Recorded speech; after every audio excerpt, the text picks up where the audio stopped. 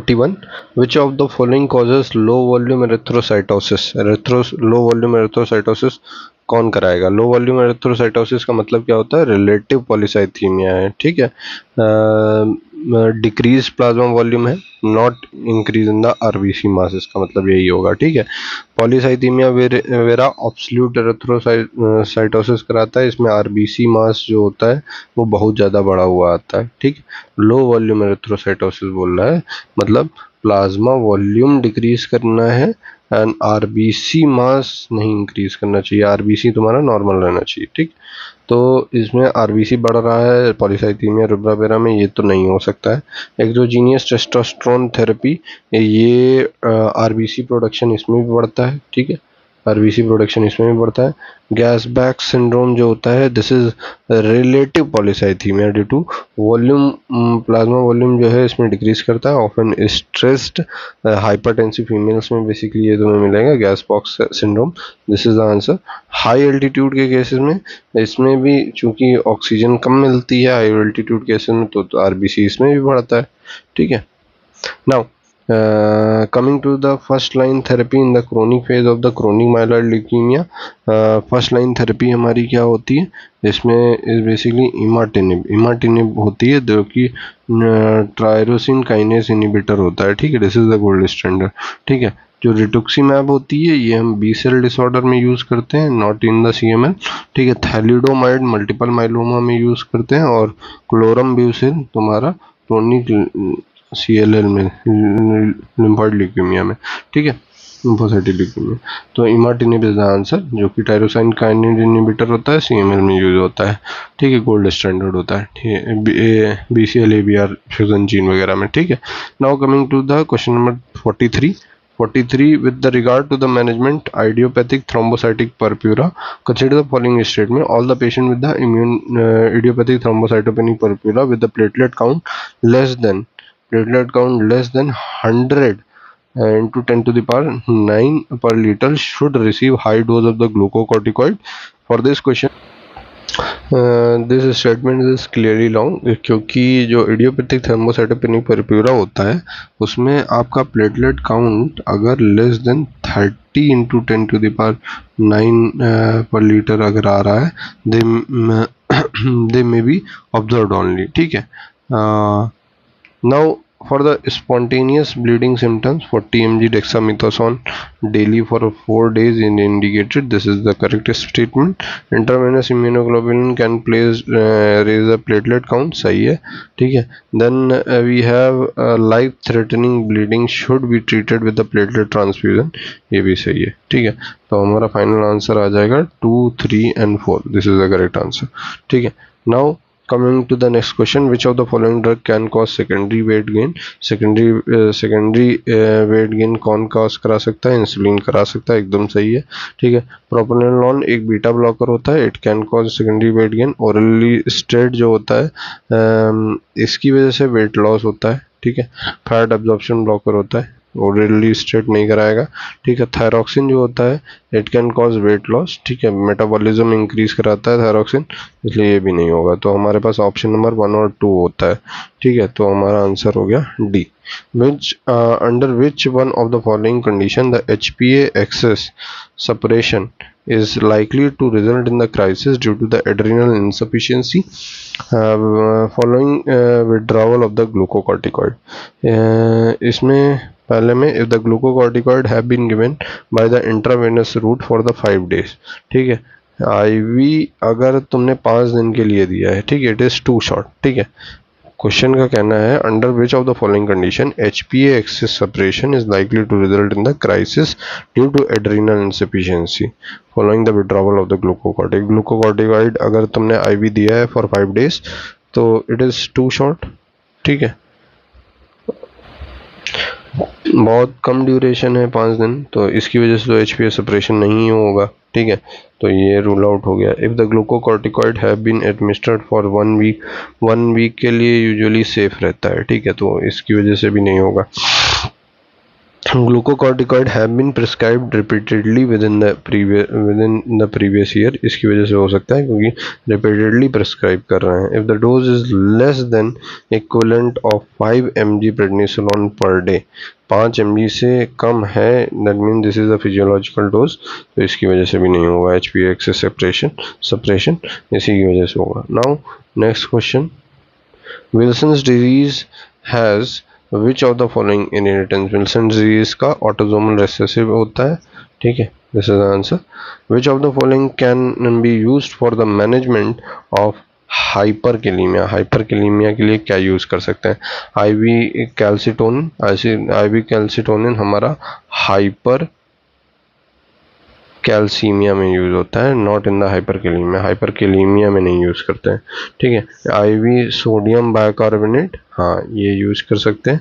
This shift the potassium into the cell, potassium को cell के अंदर शिफ्ट कर देता है, तो ये हाइपरकेलीमिया थोड़ा कम हो जाएगा, ठीक है, पोटेशियम बढ़ा हुआ होता है इस केस में, ठीक है। इंट्रावेनस सोडियम बाइकार्बोनेट यूज कर सकते हैं।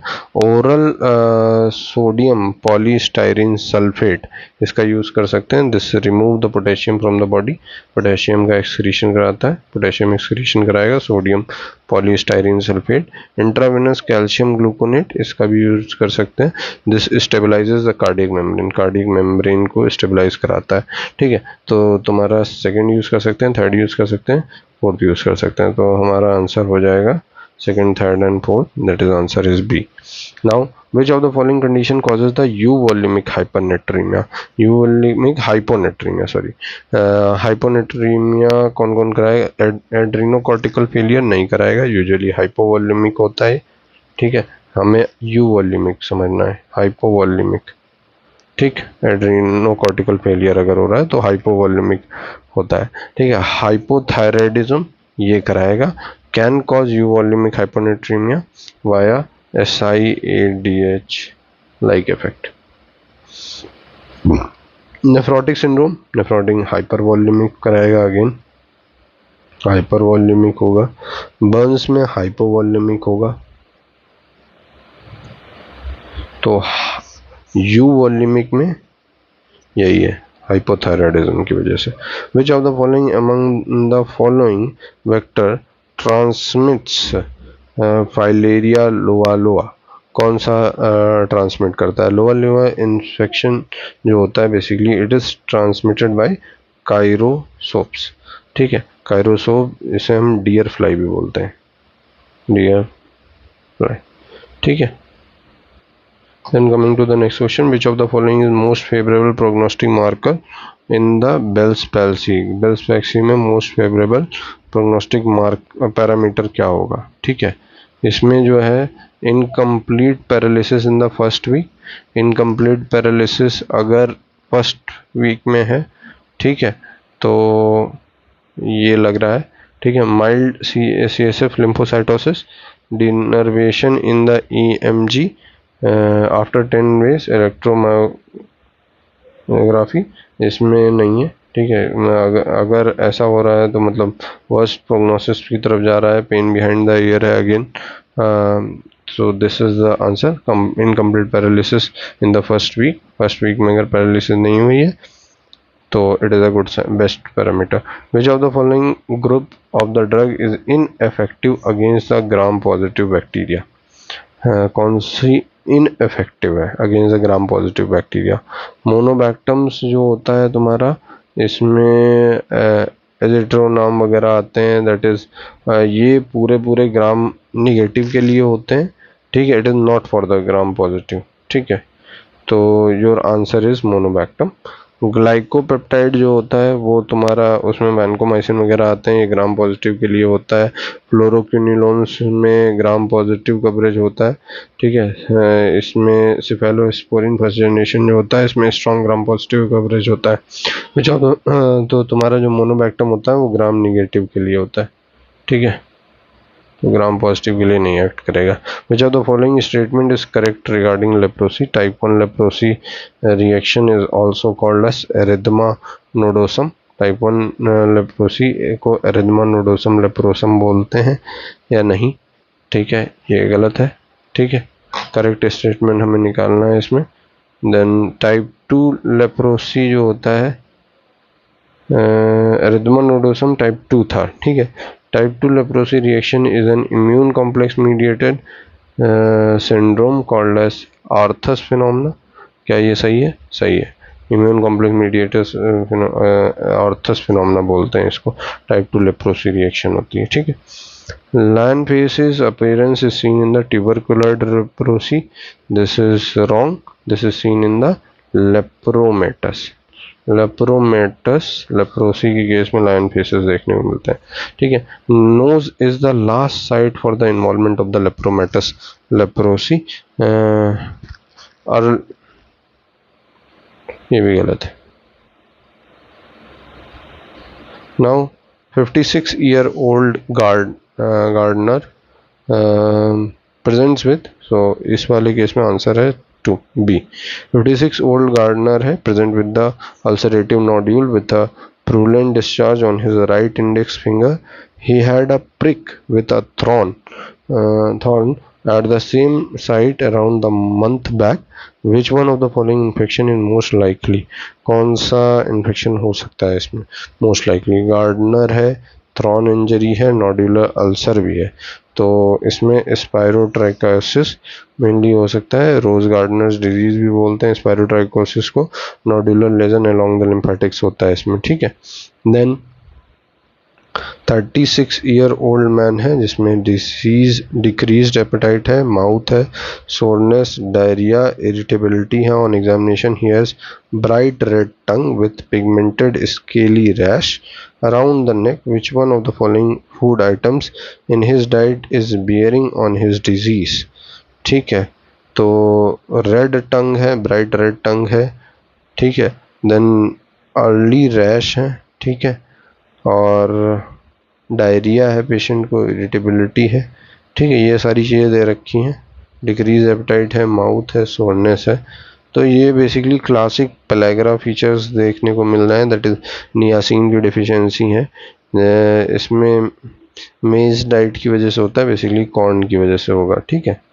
नियासिन की डिफिशियंसी होगी, ठीक है, पेलेग्रा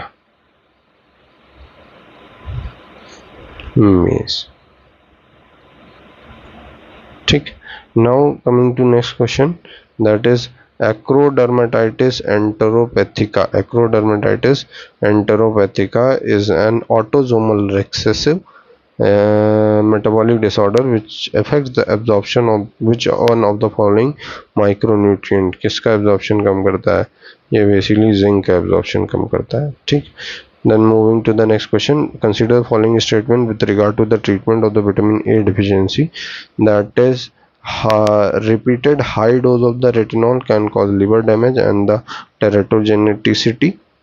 क्या ये सही है? हाई रेटिनॉल लिवर डैमेज कराता है, टेरेटोजेनिसिटी भी कराता है, सही बात है, ठीक है। acute overdose of the vitamin A may lead to increased intracranial pressure and skin desquamation, ये भी सही है।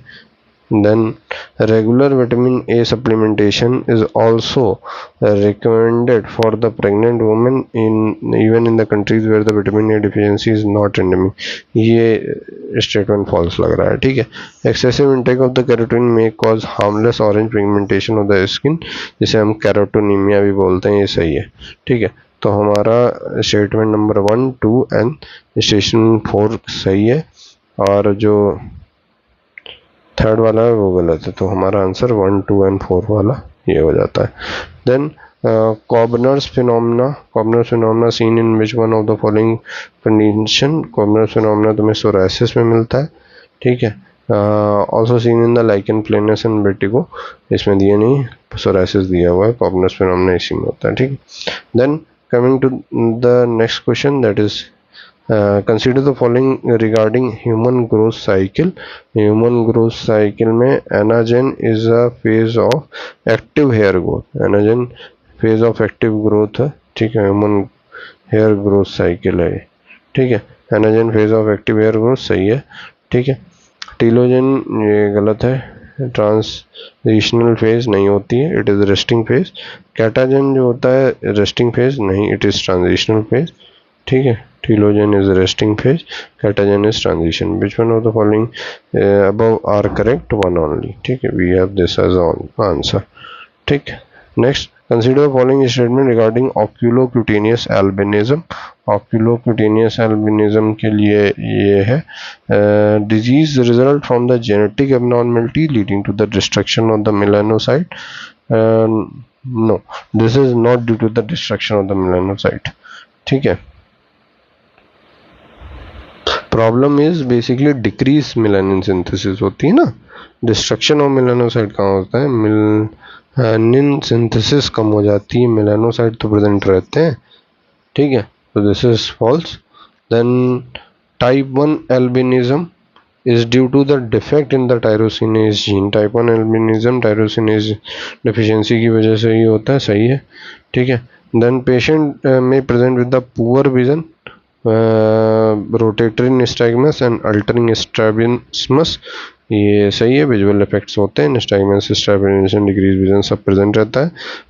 Patient are at an increase risk of the sunburn and developing skin cancer. सही है. ठीक है, तो पहला वाला गलत नहीं, हाँ पहला वाला गलत है, बाकी सब सही है. तो तुम्हारा इसमें second, third and fourth, this is the answer. ठीक. Next, a 42-year-old man presents with the recurrent oral ulcers since 1 year, episode of the redness of the eye, genital ulcer. Which of the following test is of the diagnostic value? ठीक है, recurrent oral ulcer है, 42 साल का आदमी है, episode of redness of eye है, and genital ulcers भी है. ठीक है, इसमें we have read in something about the vasculitis, जैसा कुछ लग रहा है. ओरल अल्सर है, एप्थस अल्सर है. ठीक है, रेडनेस ऑफ आई है, जेनाइटल अल्सर्स भी हो रहे हैं. ठीक है, तो हमारा पैथर्जी टेस्ट कराएंगे तब तुम्हें ये मिल जाएगी. This is classical Behcet disease. ठीक है. Now coming to next question, that is which one of the following joints are commonly affected in the osteoarthritis. Osteoarthritis most commonly कौन सा अफेक्टेड होता है? ठीक है, फर्स्ट मेटाटार्सोफेरिंजियल जॉइंट, ये affected होता है. प्रॉक्सिमल इंटरफेरिंजियल जॉइंट, ये भी अफेक्टेड होता है. एंकल जॉइंट लेस कॉमन होता है, ये नहीं अफेक्टेड होता है. ठीक है. Fifth and six cervical vertebra joint, ये अफेक्टेड होता है. ठीक है, select the correct answer. Now ankle joint को हटा दो, बाकी सब ठीक है. ठीक है, दैट इज थर्ड को नहीं होगा तो ये वाला आंसर हो जाएगा हमारा सी. ठीक. Now next question, causes of the reversible dementia. Which of the following reversible dementia बताना है, क्या कॉज हो सकता है? हाइपोथायराइडिज्म होता है रिवर्सिबल डिमेंशिया का कॉज. विटामिन B12 डिफिशियंसी होती है. डिमेंशिया विथ लिवी बॉडी अगर है तो इट इज इरिवर्सिबल. ठीक है, थियामिन डिफिशियंसी होता है. ठीक, तो हमारा 1, 3 एंड 4 आंसर है. 1, 3 एंड 4 सी. सॉरी 3 नहीं, ये नहीं होगा. 1, 2 एंड 4 है. ठीक, 1, 2 and 4, this is answer. Next question, which of the following are clinical feature of the frontotemporal dementia. Frontotemporal dementia के क्या फीचर्स है? अच्छा सॉरी, 60 क्रॉस हो गया. ठीक है, we will see this after this, we will see in the next part.